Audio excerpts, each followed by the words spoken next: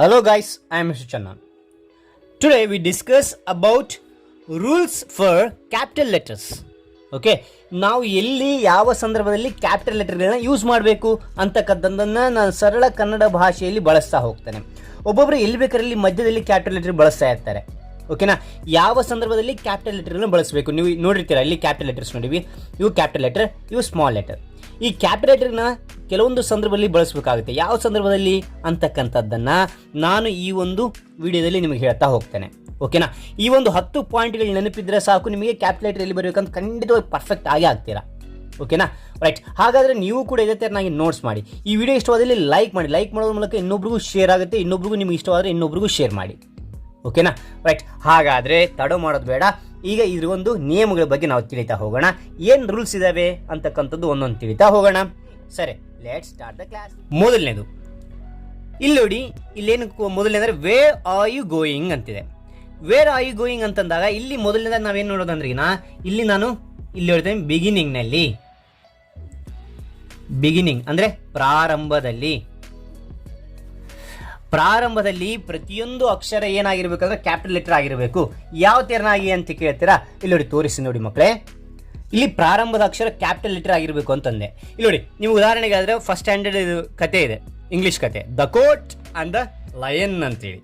ಹಾಗಾದರೆ ಇಲ್ಲಿ ನೋಡಿ, ಮೊದಲನೇ ಅಕ್ಷರ ಸ್ಟಾರ್ಟ್ ಆಗಿದೆ ಇಲ್ಲಿ 1 ಅಂತಂದಾಗ ಓ ಏನಾಗಿದೆ ಅಂದರೆ ಕ್ಯಾಪಿಟಲ್ ಲೆಟರ್ ಆಗಿದೆ. ಪ್ರಾರಂಭ ಅಕ್ಷರ ಕ್ಯಾಪಿಟಲ್ ಆಗಿರಬೇಕು. ಅದಾದ ನಂತರ ಇಲ್ಲಿ ನೋಡಿ ಫುಲ್ ಸ್ಟಾಪ್ ಆಯಿತು. ಫುಲ್ ಸ್ಟಾಪ್ ಆದ ನಂತರ ಇಲ್ಲಿ ನೆಕ್ಸ್ಟ್ ಇರ್ತಕ್ಕಂಥ ಅಕ್ಷರ ಏನಾಗಿರುತ್ತೆ ಅಂದ್ರೆ ಅದು ಕೂಡ ಕ್ಯಾಪಿಟಲ್ ಆಗಿರುತ್ತೆ. ಈ ವಾಕ್ಯ ಮುಗೀತು. ಈ ವಾಕ್ಯ ಮುಗಿದ ನಂತರ ಇಲ್ಲಿ ನೆಕ್ಸ್ಟ್ ಅಕ್ಷರ ಪ್ರಾರಂಭ ಆಗುತ್ತಲ್ಲ, ಹೆಚ್ ಇಲ್ಲಿ ಕ್ಯಾಪಿಟಲ್ ಆಗಿದೆ. ಅದೇ ಥರನಾಗಿ ನೋಡಿ ಫುಲ್ ಸ್ಟಾಪ್ ಆಗಿದೆ. ಫುಲ್ ಸ್ಟಾಪ್ ಆದ ನಂತರ ಫುಲ್ ಸ್ಟಾಪ್ ಇಲ್ಲಿ ಚಿಕ್ಕಿ ಕಾಣ್ತಾ ಇದೆಯಾ, ಇದಾದ ನಂತರ ಎ ಅನ್ನೋದು ಕ್ಯಾಪಿಟಲ್ ಆಗಿರುತ್ತೆ. ಅಂದ್ರೆ ಇಲ್ಲಿ ಪ್ರಾರಂಭದ ಅಕ್ಷರ ಕ್ಯಾಪಿಟಲ್ ಆಗಿರುತ್ತೆ, ಒಂದು ನೆನಪಿಟ್ಕೊಳ್ರಿ. ಓಕೆ, ಅದಾದ ನಂತರ ಇಲ್ಲಿ ಎರಡನೇದು ಮೈ ನೇಮ್ ಈಸ್ ರಾಜು ಅಂತಿದೆ. ಅಂದ್ರೆ ಇಲ್ಲಿ ರಾಜು ಅಂತಕ್ಕಂಥದ್ದು ಏನದು ಅಂದ್ರೆ ನೇಮ್ ಅಂದರೆ ಹೆಸರು. ಯಾವುದೇ ಹೆಸರಿರಲಿ ಮೊದಲನೇ ಅಕ್ಷರ ಕ್ಯಾಪಿಟಲ್ ಆಗಿರುತ್ತೆ. ಇದು ಚೆನ್ನಾಗಿ ನೆನ್ಪಿಟ್ಕೋರಿ. ನಿಮ್ಮ ಹೆಸರು ರವಿ ಅಂತ ತಿಳ್ಕೊರಿ, ಅಥವಾ ಶಾರದಾ ಅಂತ ತಿಳ್ಕೊರಿ, ಅಥವಾ ಶರ್ಣಿ ಅಂತ ತಿಳ್ಕೊರಿ, ಅಥವಾ ರಾಣಿ ಅಂತ ತಿಳ್ಕೊರಿ. ಯಾವುದೇ ಒಂದು ಅಕ್ಷರ ಪ್ರಾರಂಭ ಆಗಲಿ ಮೊದಲನೇ ಅಕ್ಷರ ಕ್ಯಾಪಿಟಲಿಂದ ಬರೀಬೇಕಾಗುತ್ತೆ. ನಿಮ್ಮ ಅಕ್ಷರ ಕ್ಯಾಪಿಟಲಿಂದ ಪ್ರಾರಂಭ ಬರೀಬೇಕು. ಅದಾದ ನಂತರ ಸ್ಮಾಲ್ ಲೆಟರ್ ಬರೀಬೇಕಾಗುತ್ತೆ. ಸರಿನಾ ಮಕ್ಕಳೇ, ಇದು ಎರಡನೇ ನಿಯಮ. ನೋಡಿ, ಮೊದಲನೇ ನಿಯಮ ಪ್ರಾರಂಭದ ಅಕ್ಷರ ಕ್ಯಾಪಿಟಲ್ ಆಗಿರುತ್ತೆ. ಇಲ್ಲಿ ವೇರ್ ಅಂತ ಬರೆಯೋ ಕಲ್ಕ ಇಲ್ಲಿ ಮೊದಲನೇ ಅಕ್ಷರ ಡಬ್ಲ್ಯೂ ಕ್ಯಾಪಿಟಲ್ ಬಳಸ್ತೇವೆ. ಅದಾಂತರ ಮೈ ಅಂತಕ್ಕಂಥದ್ದು ಪ್ರಾರಂಭ ಅಕ್ಷರ ಕ್ಯಾಪಿಟಲ್ ಇದೆ. ರಾಜು ಅಂತಕ್ಕಂಥದ್ದು ಕೂಡ ಹೆಸರು ಕೂಡ ಕ್ಯಾಪಿಟಲ್ ಇದೆ. ಇದು ಚೆನ್ನಾಗಿಟ್ವರಿ. ಹೆಸರು ಬಳಸೋ ಕಲ್ಕ ಕೂಡ ನಾವು ಕ್ಯಾಪಿಟಲ್ ಬಳಸಬೇಕು. ಓಕೆ, 2 ನಿಯಮಗಳಾಯಿತು. 3ನೇ ನಿಯಮ ಐ ಲಿವ್ ಇನ್ ಬಳ್ಳಾರಿ. ಇಲ್ಲಿ ಸಿಟಿ ಅಂದರೆ ಸಿಟಿ ಆಗಿರ್ಬೋದು, ಪ್ಲೇಸ್ಗಳ ಹೆಸರಾಗಿರ್ಬೋದು. ಇಲ್ಲೇನಾಗಿರ್ಬೇಕು ಅಂದ್ರೆ ಈ ಒಂದು ಅಕ್ಷರ ಕ್ಯಾಪಿಟಲ್ ಆಗಿರ್ಬೇಕು. ಯಾವುದೊಂದು ಸ್ಥಳ ಇರುತ್ತೆ ಅಂತ ತಿಳ್ಕೊರಿ. ಆ ಸ್ಥಳದ ನಿಮ್ಮ ಊರಾಗಿರಲಿ, ನಿಮ್ಮ ಜಿಲ್ಲೆ ಆಗಿರಲಿ, ಯಾವುದೇ ಆಗಿರಲಿ, ಹೊಸಪೇಟೆ ಆಗಿರಲಿ, ಮತ್ತು ಬೀದರ್ ಆಗಿರಲಿ, ಬಿಜಾಪುರ ಆಗಿರಲಿ, ನಾವು ಬರೆಯೋ ಕಾಲಕ್ಕೆ ಮೊದಲನೇ ಅಕ್ಷರ ಏನು ಆಗಿರಬೇಕು ಅಂದರೆ ಕ್ಯಾಪಿಟಲ್ ಆಗಿರಬೇಕು. ಊರ ಹೆಸರು ಬರೆಯೋ ಕಾಲಕ್ಕೆ ಕ್ಯಾಪಿಟಲ್ ಆಗಿರಬೇಕು. ಮೊದಲನೇ ಅಕ್ಷರ ಪ್ರಾರಂಭ ಮಾಡೋಕ್ಕೆ ಕ್ಯಾಪಿಟಲ್ ಇರಬೇಕು. ಹೆಸರುಗಳ ಮೊದಲನೇ ಅಕ್ಷರ ಕ್ಯಾಪಿಟಲ್ ಇರಬೇಕು. 3ನೇದು ಸ್ಥಳಗಳ ಹೆಸರು, ಸಿಟಿಗಳ ಹೆಸರು, ಸ್ಥಳಗಳ ಹೆಸರು ಬರೆಯೋ ಕಾಲಕ್ಕೆ ಕ್ಯಾಪಿಟಲ್ ಇರಬೇಕು ಮೊದಲನೇ ಅಕ್ಷರ. ಅದಾದ ನಂತರ ಸ್ಮಾಲ್ ಇರಬೇಕು ಎಲ್ಲವೂ ಕೂಡ.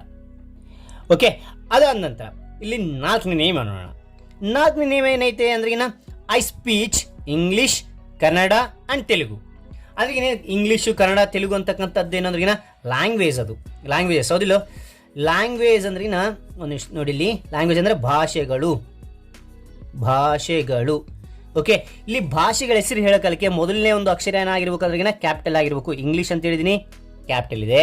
ಕನ್ನಡ ಅಂತ ಹೇಳಿದೀನಿ, ಕ್ಯಾಪಿಟಲ್ ಇದೆ. ತೆಲುಗು ಅಂತ ಹೇಳಿದೀನಿ, ಕ್ಯಾಪಿಟಲ್ ಇದೆ. ಅಂದರೆ ನನಗೆ ಇಂಗ್ಲೀಷ್, ಕನ್ನಡ, ತೆಲುಗು ಭಾಷೆ ಬರುತ್ತೆ ಮಾತನಾಡಲಿಕ್ಕೆ ಅಂತೇಳಿ. ಅದ್ರಾಗಿನ ಭಾಷೆಗಳಿಗೆ ನಾವು ಮೊದಲು ಬಳಸೋಕಲ್ಲಕ್ಕೆ ಕೂಡ ಏನಾಗಿರ್ಬೇಕು ಅಂದರೆ ಕ್ಯಾಪಿಟಲ್ ಅಕ್ಷರಗಳನ್ನು ಬಳಸಬೇಕಾಗುತ್ತೆ.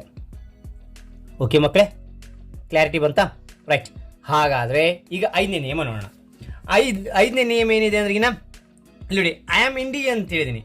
ಐ ಆಮ್ ಇಂಡಿಯನ್ ಅಂತಂದಾಗ ಐ ಅಂತಕ್ಕಂಥದ್ದು ಏನು ಬಳಸಿದೀನಿ, ಕ್ಯಾಪಿಟಲ್ ಬಳಸಿದೀನಿ. ಅಂದ್ರೆ ಇದು ನ್ಯಾಷನಾಲಿಟಿ. ಏನಂದ್ರೆ ನ್ಯಾಷನಾಲಿಟಿ ಅಂದ್ರೆ ರಾಷ್ಟ್ರೀಯತೆ ಅಂತ ಕರಿತೀವಿ. ರಾಷ್ಟ್ರೀಯ ಅಂದರೆ ಬೇರೆ ಬೇರೆ ದೇಶಗಳ ಹೆಸರು ಮಾಡೋಕ್ಕಲ್ಲಿ ಕೂಡ ಏನು ಮಾಡ್ತೀವಿ ಅಂದ್ರೆ ಬೇರೆ ಹೆಸರು ಹೇಳೋಕ್ಕಲ್ಲಿ ಕೂಡ ಅದು ಕ್ಯಾಪಿಟಲ್ ಅಕ್ಷರದಿಂದ ನಾವು ಬಳಸ್ತೇವೆ. ಬೇರೆ ಬೇರೆ ದೇಶಗಳ ಹೆಸರು ನಾವು ಹೇಳೋಕ್ಕಲ್ಲಿ ಕೂಡ ಕ್ಯಾಪಿಟಲ್ ಅಕ್ಷರ ಮೊದಲು ಬರೀಬೇಕಾಗುತ್ತೆ. Okay, right. ಇಲ್ಲಿ ನೋಡಿ, ಇದು ಚೆನ್ನಾಗಿ ನೆನ್ಪಿಟ್ಟು ಒಂದ್ಸತಿ 5 ಪಾಯಿಂಟ್ಗಳನ್ನ ರಿಮೈಂಡ್ ಮಾಡ್ತೇನೆ. ಯಾವುದೇ ಒಂದು ಪ್ರಾರಂಭದ ಅಕ್ಷರ ಪ್ರಾರಂಭ ಹಾಕಲಿಕ್ಕೆ ಬಿಗಿನಿಂಗ್ ಹಾಕಲಿಕ್ಕೆ ಕ್ಯಾಪಿಟಲ್ ಬಳಸ್ತೇವೆ. ಯಾವುದೇ ಹೆಸರುಗಳಿರಲಿ ಅವಾಗ ಒಂದು ಅಕ್ಷರ ಕ್ಯಾಪಿಟಲ್ ಬಳಸ್ತೇವೆ. ಯಾವುದೇ ಸ್ಥಳ ಅಥವಾ ಸಿಟಿಗಳ ಪ್ಲೇಸ್ಗಳ ಹೆಸರು ಬರಲಿ ಅದು ಕ್ಯಾಪಿಟಲ್ ಲೆಟ್ ಬರಿತೇವೆ ಮೊದಲನೇದಾಗಿ. ಅದಾದ ನಂತರ ಯಾವುದೇ ಒಂದು ಲ್ಯಾಂಗ್ವೇಜ್ ಬರೆಯಕಲಿಕ್ಕೆ ಆ ಒಂದು ಮೊದಲನೇ ಅಕ್ಷರ ಕ್ಯಾಪಿಟಲ್ ಬಳಸ್ತೇವೆ. 5ನೇ ನಿಯಮ, ಯಾವುದೇ ಒಂದು ದೇಶದ ಹೆಸರು ಹೇಳಕ್ಕಲ್ಲಿ ಕೂಡ ಮೊದಲನೇ ಅಕ್ಷರ ಕ್ಯಾಪಿಟಲ್ ಬಳಸ್ತೇವೆ. ಹಾಗಾದರೆ ಇನ್ನೂ 5 ನಿಯಮಗಳು ತಿಳಿತಾ ಹೋಗೋಣ.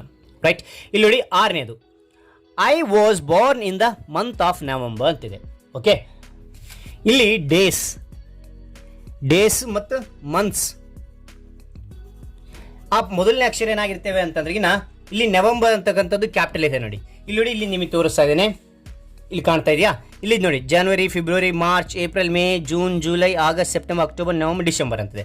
ಇಲ್ಲಿ ಬಳಸಕ್ಕಂಥ ಎಲ್ಲ ಮೊದಲನೇ ಅಕ್ಷರ ಏನಾಗಿರ್ತವೆ? ಕ್ಯಾಪಿಟಲ್ ಆಗಿರ್ತವೆ. ನೋಡಿ, ಇಲ್ಲಿ ನೋಡಿ, ಕಾಣ್ತಾ ಇದೆಯಾ? ರೈಟ್, ಇಲ್ಲಿ ಕ್ಯಾಪಿಟಲ್ ಬಳಸಲೇಬೇಕು ನೀವು. ಅದಾದ ನಂತರ ಇಲ್ಲಿ ಇಂಗ್ಲೀಷ್ ವಾರಗಳಿದ್ದಾವೆ. ಇಲ್ಲಿ Sunday, Monday, Tuesday, Wednesday, Thursday, Friday, Saturday ಅಂತಿದೆ. ಇಲ್ಲಿ ಬಳಸಕ್ಕಂಥ ಎಲ್ಲ ಮೊದಲ ಪ್ರಾರಂಭದ ಅಕ್ಷರ ಕ್ಯಾಪಿಟಲ್ ಆಗಿರಬೇಕು. ಇದು ಕಂಪಲ್ಸರಿ. ಓಕೆ, ಅದಾದ ನಂತರ ಇಲ್ಲಿ 7ನೇದು ನೋಡಿ, ಐ ಲವ್ ದಿವಾಲಿ ಅಂತಿದೆ. ದಿವಾಲಿ ಅಂತಕ್ಕಂಥದ್ದು ಏನೋದು ಅಂದ್ರಿಗಿನ ಹಬ್ಬ. ಅಂದ್ರಿಗಿನ ಇಲ್ಲಿ ಸ್ಪೆಷಲ್ ಡೇಸ್ ಆಗಿರ್ಬೋದು, ಫೆಸ್ಟಿವಲ್ಸ್ ಹಬ್ಬಗಳಾಗಿರ್ಬೋದು, ರಜೆ ದಿನಗಳಾಗಿರ್ಬೋದು, ಆ ಒಂದು ದಿನಗಳನ್ನ ನಾವು ಬರೆಯಕಲಿಕ್ಕೆ ನಾವು ಕ್ಯಾಪಿಟಲ್ ಲೆಟರ್ನ ಯೂಸ್ ಮಾಡಬೇಕಾಗುತ್ತೆ.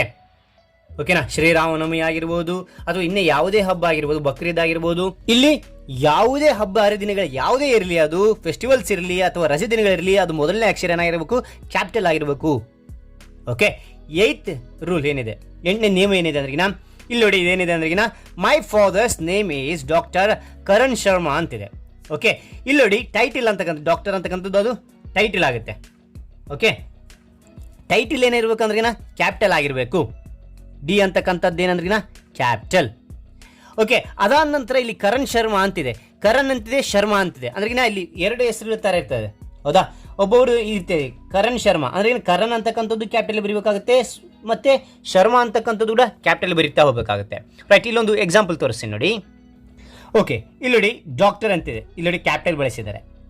NR ಅಂತಕ್ಕಂಥದ್ದು ಇನ್ಷಿಯಲ್, ಅದು NR ಅಲ್ಲಿ ಕ್ಯಾಪಿಟಲ್ ಇರುತ್ತೆ. ಇಲ್ಲಿ ಶೆಟ್ಟಿ ಅಂತಿದೆ, ಎಸ್ ಪ್ರಾರಂಭಿಸಿದ, ನಾನು ಮೊದಲು ಹೇಳಿದ್ದೀನಿ, ಹೆಸರ ಪ್ರಾರಂಭ ಆಗ ಅಕ್ಷರ ಏನಿರಬೇಕು? ಕ್ಯಾಪಿಟಲ್ ಆಗಿರ್ಬೇಕು ಅಂತೇಳಿ. ಅಂದರೆ ಟೈಟಿಲ್ ಇರ್ತಕ್ಕಂಥದ್ದು ಕ್ಯಾಪಿಟಲ್ ಅಂತೇಳಿ ಈ ಒಂದು 8ನೇ ನಿಯಮ. ಡಾಕ್ಟರ್ ಅಂತಕ್ಕಂಥ ಮೊದಲನೇದು ಕ್ಯಾಪಿಟಲ್ ಇದೆ. ಓಕೆನಾ? 9ನೇ ನಿಯಮ ನೋಡಿದರೆ, I recently watched Yuvarathna film ಅಂತಿದೆ. ಓಕೆ, ಇಲ್ಲಿ ಯುವರತ್ನ ಯುವರತ್ನ ಅಂತಕ್ಕಂಥದ್ದು ಏನೋದು ಅಂದ್ರಿಗಿನ ಫಿಲಿಮ್ ಹೆಸರದು. ಅಂದ್ರಿಗಿನ ಯಾವುದೇ ಒಂದು ಫಿಲಿಮ್ನ ಹೆಸರು ಕ್ಯಾಪಿಟಲ್ನಿಂದ ಪ್ರಾರಂಭ ಆಗಬೇಕು. ಮತ್ತು ಯಾವುದೇ ಒಂದು ಪುಸ್ತಕದ ಹೆಸರು ಕ್ಯಾಪಿಟಲ್ನಿಂದ ಪ್ರಾರಂಭ ಆಗುತ್ತೆ. ಫಾರ್ ಎಕ್ಸಾಂಪಲ್ ಇಲ್ಲಿ ನೋಡೋದಾದರೆ ನಿಮಗೆ ಇದೇ ತೋರಿಸ್ತೀನಿ. ಇಲ್ಲಿ ಪುಸ್ತಕ ಇದೆ. ಓಕೆ, ಯಾವುದಿದು ಪುಸ್ತಕ ಅಂದ್ರಿಗಿನ ಪ್ರಿನ್ಸಿಪಲ್ಸ್ ಆಫ್ ಜರ್ನಲಿಸಮ್ ಅಂತಿದೆ. ಈ ಪಿ ಅಂತಕ್ಕಂಥದ್ದು ಏನಾಗಿದೆ? ಕ್ಯಾಪಿಟಲ್ ಆಗಿದೆ. ಜರ್ನಲಿಸಮ್ ಜೆ ಅಂತಕ್ಕಂಥದ್ದು ಕ್ಯಾಪಿಟಲ್ ಆಗಿದೆ. ಅಂದರೆ ಮೊದಲನೇ ಅಕ್ಷರ ಏನು ಬಳಸಬೇಕು? ಇಲ್ಲಿ ಕ್ಯಾಪಿಟಲ್ ಅಕ್ಷರ ಬಳಸಬೇಕು ಅಂತಕ್ಕಂಥದ್ದು ಗೊತ್ತಾಗುತ್ತೆ. ಹೌದಾ? ಯಾವುದೇ ಒಂದು ಪುಸ್ತಕದ ಹೆಸರು, ಫಿಲಿಮ್ ಹೆಸರು ಪ್ರಾರಂಭ ಆದಾಗ ಮೊದಲನೇ ಅಕ್ಷರ ಕ್ಯಾಪಿಟಲ್ ಆಗಿರಬೇಕು. ರೈಟ್, ಅದೇ ನಂತರ ಇಲ್ಲಿ 10th ಪಾಯಿಂಟ್ ಏನಿದೆ, 10th ರೂಲ್ ಅಂದ್ರಿಗಿನ Kiran and I are best friends. ಓಕೆನಾ? ಕಿರಣ್ ಅಂತಕ್ಕಂಥದ್ದು ಅದೊಂದು ಹೆಸರು, ಆದ ಕಾರಣ ಇದು ಕ್ಯಾಪಿಟಲ್ ಬಳಕೆ ಮಾಡಿದರೆ ಇದ್ರ ಬಗ್ಗೆ ನಾವು ಆಲ್ರೆಡಿ ಚರ್ಚೆ ಮಾಡಿದ್ವಿ. ಇಲ್ಲಿ ಐ ಅಂತಕ್ಕಂಥದ್ದು ಏನಿದೆ ಅಂದ್ರೆ ಆಲ್ವೇಸ್ ಇಲ್ಲಿ ಏನು ಮಾಡ್ತೀವಿ ಅಂದ್ರಿಗಿನ ಐ ಅಂತಕ್ಕಂಥದ್ದು ಕ್ಯಾಪಿಟಲ್ ಬಳಸ್ತೇವೆ. ಇದೊಂದು ನಿಯಮ ಇದೆ. ಆದ ಕಾರಣ ಅದು ಮಧ್ಯದಲ್ಲಿ ಬರಲಿ ಎಲ್ಲೇ ಬರಲಿ ಅದಕ್ಕೆ ನಾವು ಕ್ಯಾಪಿಟಲ್ ಬಳಸಲೇಬೇಕು. ಓಕೆನಾ? ಈ ಒಂದು 10 ನಿಯಮಗಳು ನಿಮಗೆ ಗೊತ್ತಿದ್ರೆ ಕ್ಯಾಪಿಟಲ್ ಲೆಟರ್ಗಳನ್ನು ಎಲ್ಲಿ ಬರೀಬೇಕು ಅಂತಕ್ಕಂಥದ್ದು ತಿಳಿತೀರಿ ಅಂತ ಹೇಳ್ತಾ, ಓಕೆ, ಹಾಗಾದರೆ ಈ ಒಂದು ವಿಡಿಯೋ ನಿಮಗೆ ಇಷ್ಟವಾಗಿದೆ ಅಂತ ನಾನು ತಿಳ್ಕೊಂಡಿದ್ದೀನಿ.